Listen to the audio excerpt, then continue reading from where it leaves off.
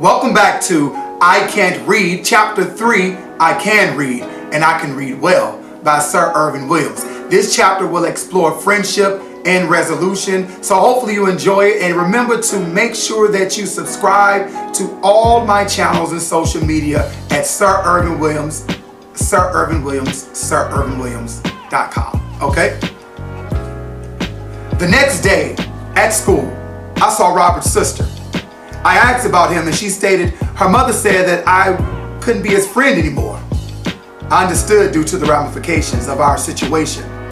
She said he was in the bathroom and would be out soon. Maybe you could talk to him.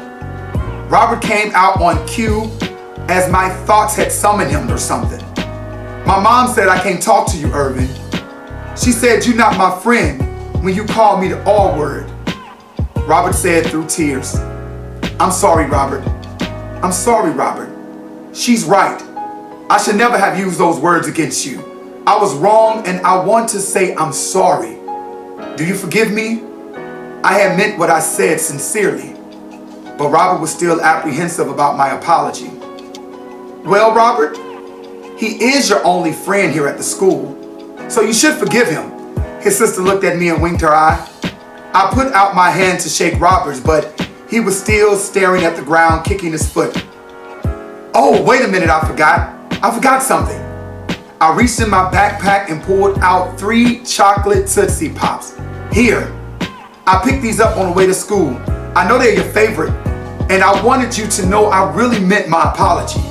Robert's face lit up like a Christmas tree. Sucker's my favorite.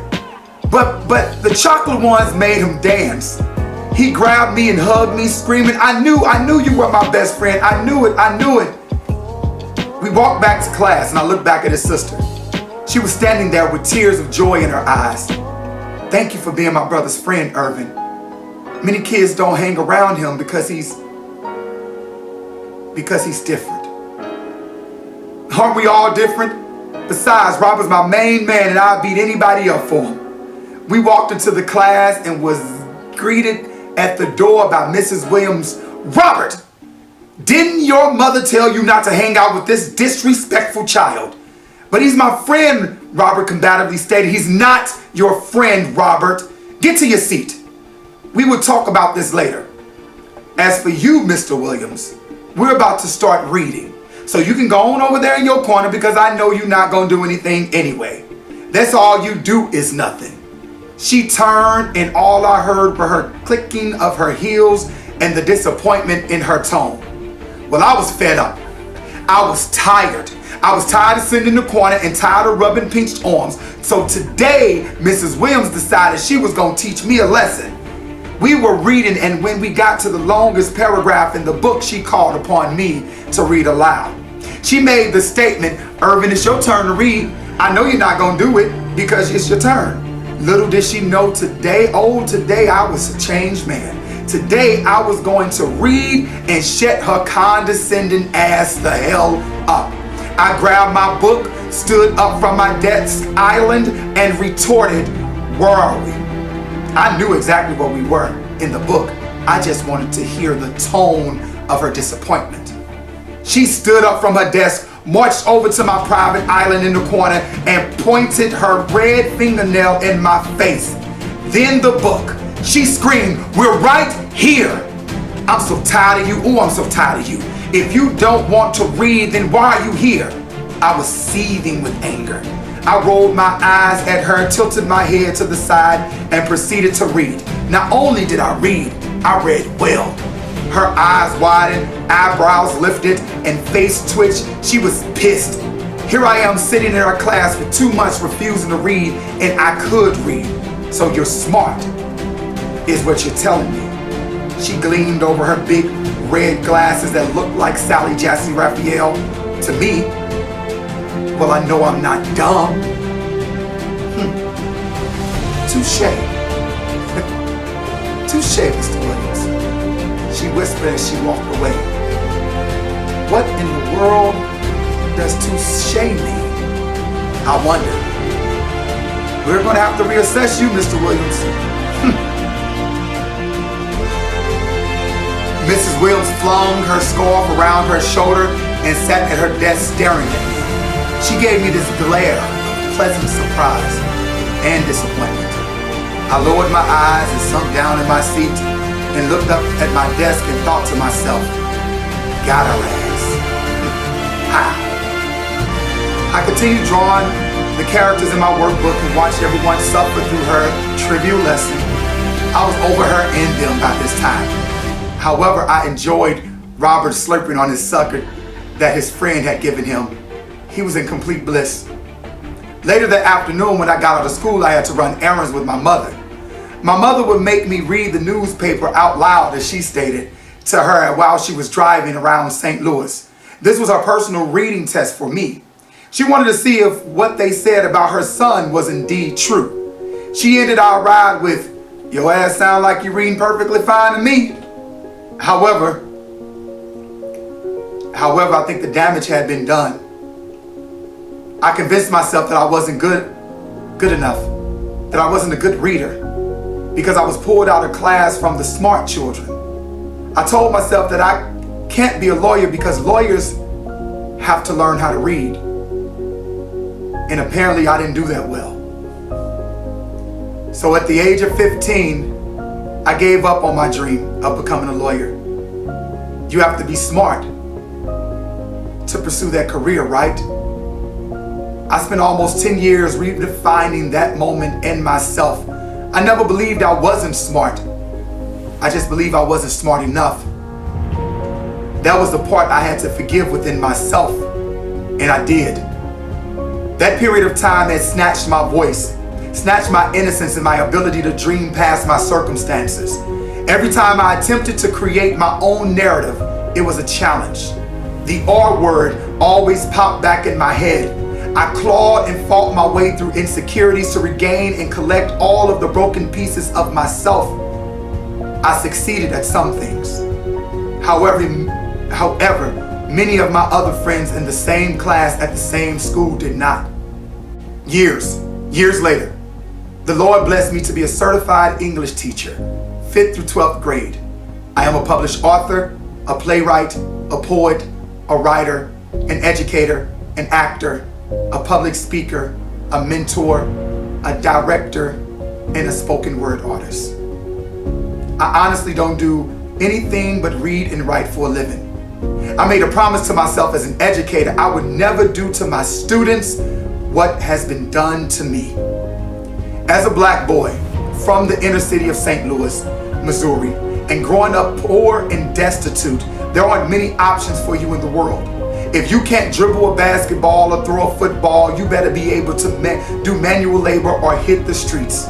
The intellectual black child, that's a boy, and black, growing up in the 80s, your options were few and far in between. I'm saying all of this to say, you can't let anyone define who you are. You have to define yourself. Step out of the illusion of who you think you are supposed to be and go do what you were put on this earth to do. Whatever it may be, it is your duty to pursue your purpose and your dreams. Now please understand, unmotivated children give unmotivated results and become unmotivated adults. Where would I be had I believed in the narrative that was placed on me at such a young age? How further would I be in life if I didn't spend 10 years questioning my intelligence, questioning my worth, questioning my talents, questioning my circumstances? We as adults in society have to pour into these children. We have to see the future for them when they can't see the future for themselves.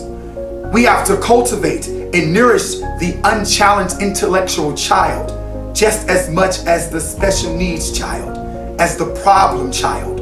We can't afford another black child to believe they are less than because educators are unequipped, overwhelmed. Parents are stressed and living in low economic situations, or they're too busy trying to provide for their families to give adequate attention. How can we effectively help parents and children believe again? We have to remind our children they are perfect. They are perfect in all of their imperfections. A's in the classroom, test scores, economic stability, nor behaviors determine intelligence. If we seek change in the world, we must start with our children. They are the beautiful abundance we have been waiting for. Do not mislead them in our guidance. Do not devalue them in their beliefs. Do not hold them accountable for our transgression. Black children deserve a chance to become all of the beautiful things they've imagined, and they will be the answer to everything. Best regards, Sir Ervin Williams. Thank you so much for listening to I Can't Read by Sir Ervin Williams. Now is the time that we love to see if you're paying attention to the lesson at hand. Chapter 3 questions I can't read. You can pause the screen right now and get a pen and a piece of paper. Question number 1. Why didn't Robert's mother want him to be friends with Sir Ervin? Question number 2. What gift did Sir Ervin give Robert to let him know he was sincere with his apology? Question number 3. Describe in your own words what Mrs. Williams told Sir Ervin after he read aloud. What was Sir Ervin's response? Question number 4. What did Sir Ervin swear he wouldn't do when he became a teacher? Question number 5. Critical response. Sir Ervin makes a statement: unmotivated children give unmotivated results and become unmotivated adults. Explain what he means by this statement. Now for the answers. Answer number 1. Robert's mother didn't want him to play with Sir Ervin anymore because Sir Ervin called Robert the R word and fought him. Answer number 2. Sir Ervin gave Robert 3 chocolate Tootsie Pop suckers to show he was sincere with his apology. Answer number 3. Mrs. Williams told Sir Ervin, "So you're smart?" Sir Ervin responded, "Well, I know I'm not dumb." Answer number 4. Sir Ervin swore that he would never treat his students the way he had been treated in education. Answer number 5. Critical response.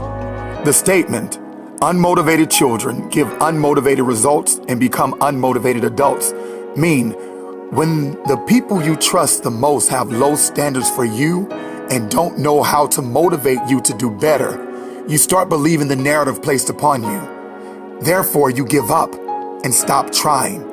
Sir Ervin started believing he couldn't read because his teachers constantly told him he couldn't. Those characteristics and thoughts can follow you into adulthood if you let them.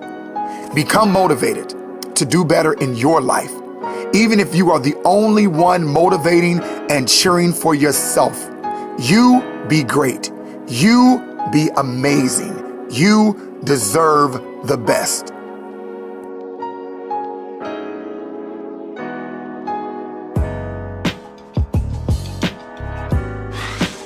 I hope you enjoyed the first installment of Storytime I Can't Read by Sir Ervin Williams. Please make sure that you like, share, comment, and make sure you follow me on all social media at Sir Ervin Williams, as well as you can contact me on my website at www.sirervinwilliams.com. Thank you and be amazing.